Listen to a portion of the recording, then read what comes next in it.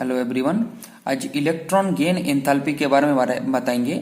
Electron gain enthalpy क्या होता है और इलेक्ट्रॉन गेन एंथैल्पी कौन कौन सा फैक्टर के ऊपर डिपेंड करता है, इस सारी चीजें बताएंगे। तो फर्स्ट इलेक्ट्रॉन गेन एंथैल्पी क्या होता है वो देख लेते हैं। Electron gain enthalpy of an element is the energy released when a neutral isolated gaseous atom accept an extra electron to form the gaseous negative ion, मतलब that is anion।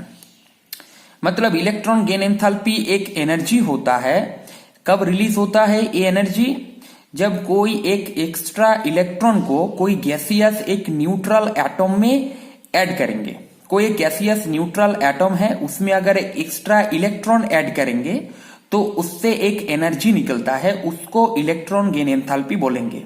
और इसका जो यूनिट होता है वो किलो जूल पर मोल होता है, या बोल सकते हैं किलो कैलोरी पर मोल। और यहां पर जो during the addition of an electron energy can either be released और एब्जॉर्ब्ड। अगर इलेक्ट्रॉन जब ऐड कर रहे हैं न्यूट्रल आइसोलेटेड गैसियस एटम पर, उसके वैलेंस शेल में अगर एक एक्स्ट्रा इलेक्ट्रॉन ऐड कर रहे हैं, अगर एनर्जी रिलीज हो रहा है तो डेल एच का वैल्यू जो साइन होगा वो नेगेटिव होगा। अगर एक्स्ट्रा इलेक्ट्रॉन ऐड करने से एनर्जी अगर एब्जॉर्ब हो रहा है तो वहां पर डेल एच का साइन होगा पॉजिटिव। तो हम यहां पर एक एग्जाम्पल के थ्रू हम समझते हैं कि कैसे होता है। मान लीजिए एक गैसियस आइसोलेटेड एटम है एक्स, तो एक गैसियस है इसलिए गैस लिखे यहां पर जी। और एक मान लीजिए कोई एक आइसोलेटेड एटम है, इसमें एक इसके वैलेंस शेल में, मतलब एक कोई भी एटम हो सकता है, इसके वैलेंस शेल में हम एक्स्ट्रा इलेक्ट्रॉन ऐड करेंगे, इसीलिए प्लस ही एक्स्ट्रा इलेक्ट्रॉन ऐड करेंगे तो क्या होगा, ये यूनी नेगेटिव आयन में, मतलब इसका इलेक्ट्रॉन में ऐड करेंगे तो एक्स माइनस होगा ऐसा। और यहां पर एनर्जी रिलीज होता है डेल एच, यहां पर एनर्जी रिलीज होता है डेल एच। ये अगर ये इलेक्ट्रॉन ऐड करने से अगर यहां पर एनर्जी रिलीज होता है तो डेल एच का वैल्यू नेगेटिव होगा। अगर एनर्जी एब्जॉर्ब होता है ऐड करने से तो वहां पर डेल एच का वैल्यू होगा पॉजिटिव। ठीक है, तो और यहां पर एक समझाते हैं, जैसे कि एक एग्जांपल फ्लोरीन है। फ्लोरीन गैसियस एलिमेंट है, एक फ्लोरीन एटम है। फ्लोरीन का जो इलेक्ट्रॉनिक कॉन्फ़िगरेशन है 1s2 2s2 2p5। अब यहां इसका जो 2p5 मतलब 2p जो सबसेल है, 2p सबसेल में अगर एक एक्स्ट्रा इलेक्ट्रॉन इसका ऐड कराएंगे फ्लोरीन में तो क्या होगा, फ्लोरीन 2p6 कॉन्फ़िगरेशन में आ जाएगा, मतलब F माइनस। यहां पर है 1s2 2s2 2p5 ए हो गया। अब यहां पर जो इसका इलेक्ट्रॉनिक कॉन्फ़िगरेशन है 1s2 2s2 2p6, मतलब एक एक्स्ट्रा इलेक्ट्रॉन ऐड कहां पर हुआ है, 2p सबसेल में। तो 2p सबसेल में एक्स्ट्रा इलेक्ट्रॉन ऐड हुआ है और यहां पर एक एनर्जी रिलीज होता है। इसी एनर्जी को, जो एनर्जी रिलीज होता है एक्स्ट्रा इलेक्ट्रॉन को ऐड करने से, उसी एनर्जी को बोलेंगे इलेक्ट्रॉन गेन एंथैल्पी।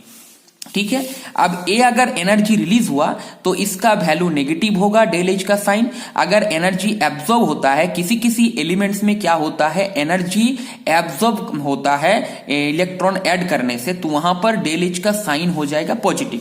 जैसे कि एक एग्जाम्पल दे रहे हैं, ये बहुत ही इंपॉर्टेंट एक एग्जाम्पल है।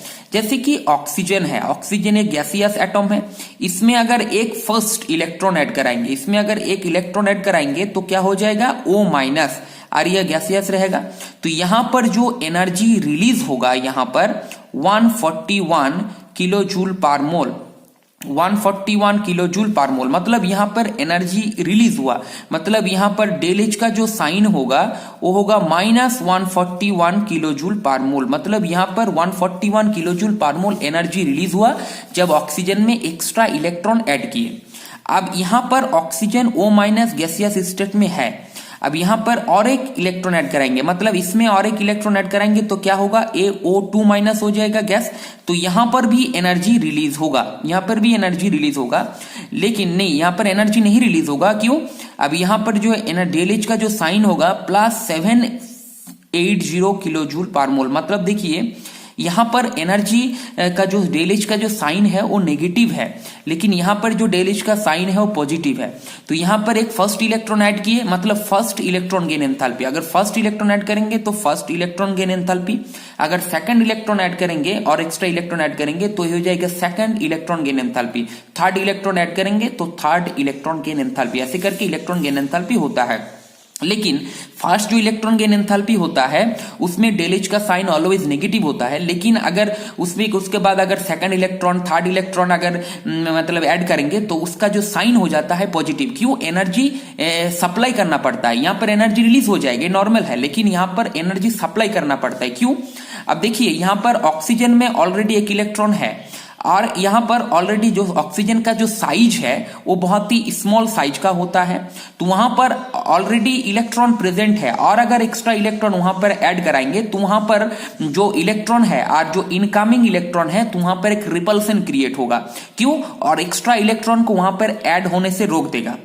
जो बाकी इलेक्ट्रॉन प्रेजेंट है ऑक्सीजन के सेल में और इनकमिंग इलेक्ट्रॉन को वहां पर ऐड होने से रोक देगा, तो इसीलिए वहां पर फोर्सफुली उसको ऐड कराना पड़ेगा। फोर्सफुली ऐड कराना पड़ेगा मतलब बाहर से एनर्जी सप्लाई करना पड़ेगा, इसीलिए वहां पर डेल एच का साइन पॉजिटिव होता है। अगर फोर्सफुली एक्स्ट्रा इलेक्ट्रॉन ऐड कराएंगे तो वहां पर बाहर से एनर्जी सप्लाई करना पड़ता है, इसलिए डेल एच का जो साइन होता है वहां पर पॉजिटिव होगा।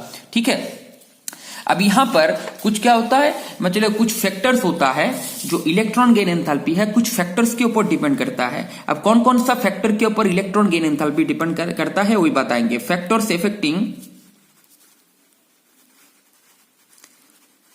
Affecting electron gain enthalpy, EGE, electron gain enthalpy. Factors affecting electron gain enthalpy, कौन कौन से फैक्टर के ऊपर इलेक्ट्रॉन गेन एंथैल्पी डिपेंड करता है। मतलब फर्स्ट होगा न्यूक्लियर चार्ज। फर्स्ट होगा न्यूक्लियर चार्ज। न्यूक्लियर चार्ज के ऊपर डिपेंड करता है। अगर मान लीजिए कोई एटम में न्यूक्लियर चार्ज अगर ज्यादा है, न्यूक्लियर चार्ज ज्यादा है, तो न्यूक्लियर चार्ज ज्यादा होने से जो इलेक्ट्रॉन गेन एंथैल्पी होता है वो भी ज्यादा होगा।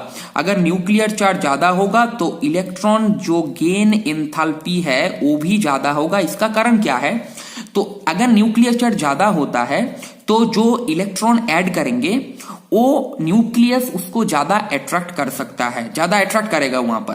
क्यों? उसका चार्ज ज्यादा है, न्यूक्लियस का चार्ज ज्यादा है, न्यूक्लियस का चार्ज पॉजिटिव होता है और जो इनकमिंग इलेक्ट्रॉन है वो नेगेटिवली चार्ज होता है। अगर न्यूक्लियर चार्ज ज्यादा है तो इनकमिंग इलेक्ट्रॉन को ज्यादा अट्रैक्ट कर सकता है, ज्यादा अट्रैक्ट करेगा मतलब वो इजीली वहां पर ऐड हो जाएगा। अगर न्यूक्लियर चार्ज ज्यादा है तो इजीली ऐड हो जाएगा, इसीलिए न्यूक्लियर चार्ज ज्यादा होने से इलेक्ट्रॉन गेन एंथैल्पी ज्यादा होगा। सेकंड होगा यहां पर atomic size.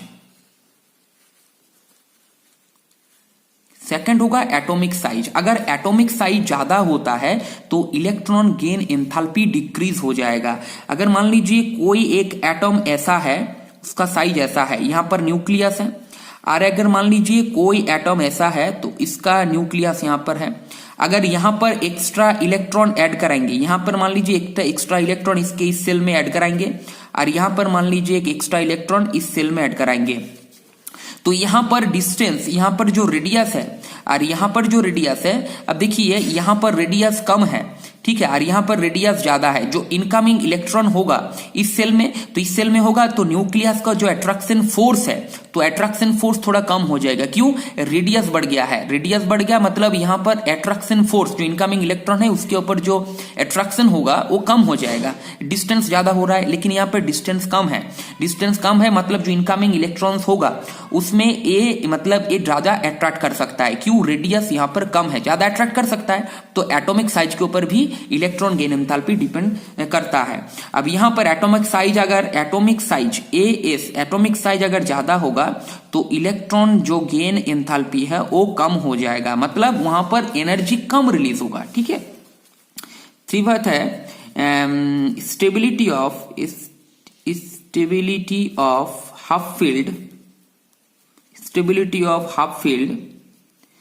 And full field subshell. Stability of half field and full field subshell. तो यहां पर क्या होता है हाफ फील्ड और फुल फील्ड सबसेल के ऊपर, जैसे कि यहां पर मान लीजिए एक 2p ऑर्बिटल है, यहां पर एक 2p ऑर्बिटल है और यहाँ पर 2p ऑर्बिटल है। अब यहाँ पर बताते हैं इसका क्या होता है। और यहाँ पर मान लीजिए एक s ऑर्बिटल है, मान लीजिए 1s ऑर्बिटल है या 2s ऑर्बिटल है। अब मान लीजिए ये हाफ फील्ड है। टोटल 2p सबसेल का टोटल इलेक्ट्रॉन कैपेसिटी होता है 6, तो यहाँ पर 3 है मतलब हाफ फील्ड है।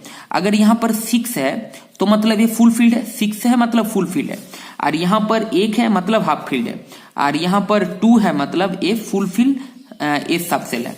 अब यहाँ पर देखिए ये जो हाफ फील्ड और फुल फील्ड सबसेल होता है वो एटम का बहुत ही स्टेबल इलेक्ट्रॉनिक कॉन्फ़िगरेशन होता है। अगर कोई भी एलिमेंट का अगर इलेक्ट्रॉनिक कॉन्फ़िगरेशन में अगर ऐसा हाफ फील्ड और फुल फील्ड सबसेल होता है तो मतलब वो स्टेबल इलेक्ट्रॉनिक कॉन्फ़िगरेशन होता है।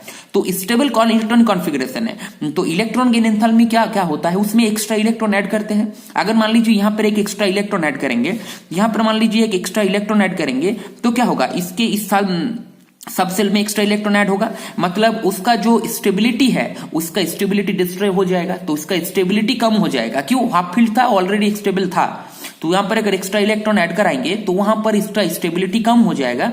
तो यहां पर स्टेबिलिटी अगर कम हो रहा है मतलब यहां पर इलेक्ट्रॉन गेन एंथैल्पी भी कम हो जाएगा।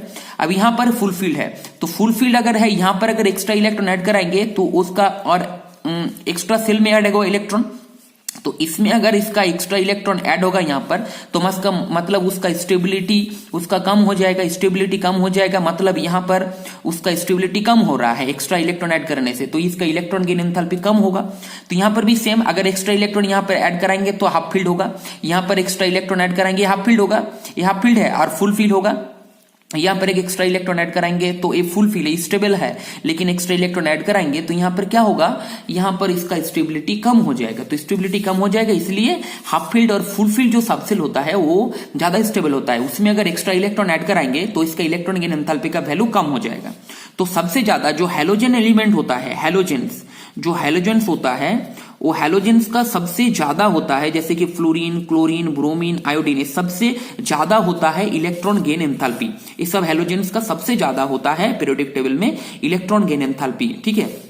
और जो नोबेल गैस होता है जैसे helium, neon, argon, krypton, xenon, radon, ये सब जो है एलिमेंट्स, ये सब का इलेक्ट्रॉन गेन एंथैल्पी सबसे कम होता है। क्यों, इसका ये सब का जो इलेक्ट्रॉनिक कॉन्फ़िगरेशन है स्टेबल इलेक्ट्रॉनिक कॉन्फ़िगरेशन है, एक्स्ट्रा इलेक्ट्रॉन ऐड करने से इसका स्टेबिलिटी कम हो जाता है, इसलिए इस सब का इलेक्ट्रॉन गेन एंथैल्पी कम है, इसका इलेक्ट्रॉन गेन एंथैल्पी सबसे ज्यादा होता है, ठीक है। Thank you.